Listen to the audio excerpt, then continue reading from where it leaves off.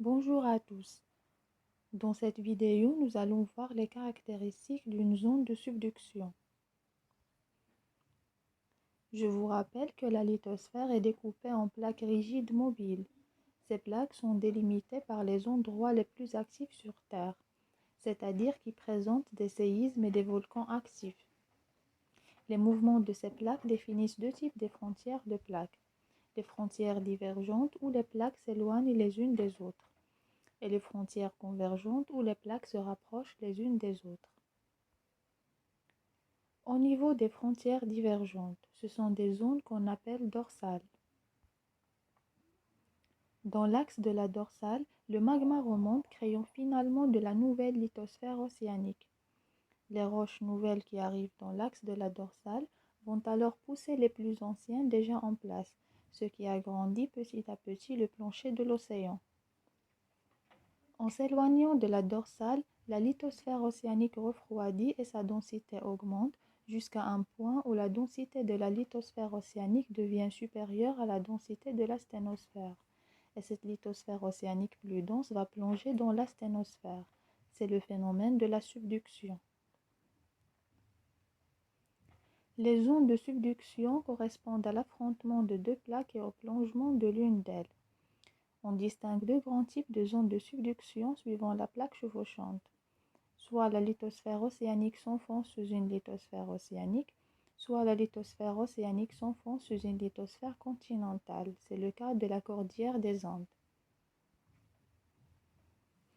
La cordillère des Andes, c'est une longue chaîne de montagnes de presque de 7000 km de long, située sur la côte ouest du continent sud-américain. C'est une chaîne qui se met en place à la limite entre la plaque Nazca, qui constitue une partie du plancher océanique de l'océan Pacifique, et de la plaque de l'Amérique du Sud. Au niveau de cette convergence, on a une chaîne de subduction.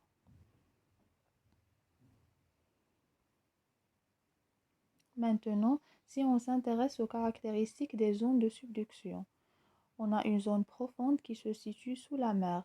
Elle fait 8 km de profondeur et on l'appelle une fosse océanique. En profondeur de cette fosse, on voit une disposition particulière des séismes. Nous avons ici une coupe qui permet de visualiser la répartition des foyers sismiques au niveau de la fosse océanique.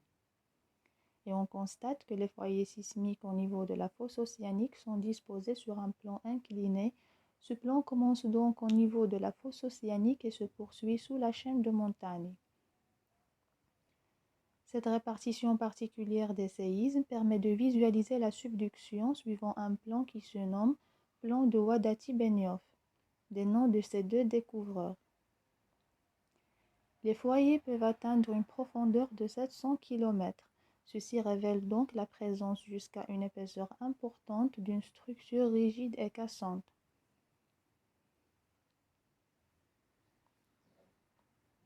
Donc la plaque Nazca passe sous la plaque sud-américaine et plonge à l'intérieur du manteau. Et le frottement entre ces deux plaques provoque des ruptures de la lithosphère et des séismes.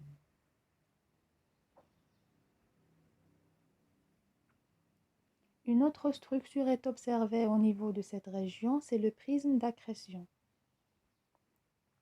Il s'agit d'une accumulation des sédiments de la croûte océanique qui est subductée.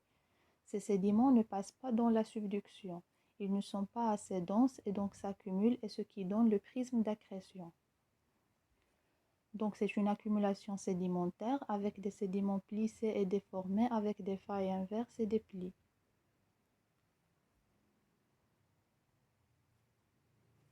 Quatrième caractéristique d'une zone de subduction, c'est la répartition particulière du flux thermique. On observe au niveau de ces zones de subduction une anomalie positive liée au volcanisme et une anomalie négative liée au fait que la plaque qui s'enfonce est plus froide.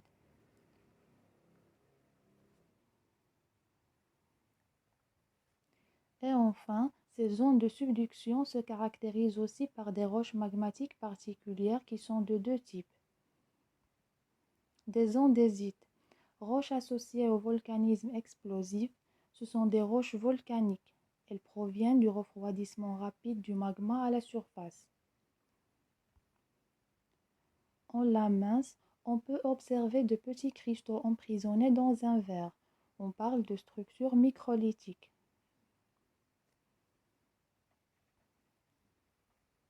Des granodiorites, roches plutoniques formées de quartz, feldspath, plagioclase, mica et amphibole, faisant partie des granitoïdes. Le magma a refroidi lentement pendant plusieurs dizaines de milliers d'années en profondeur.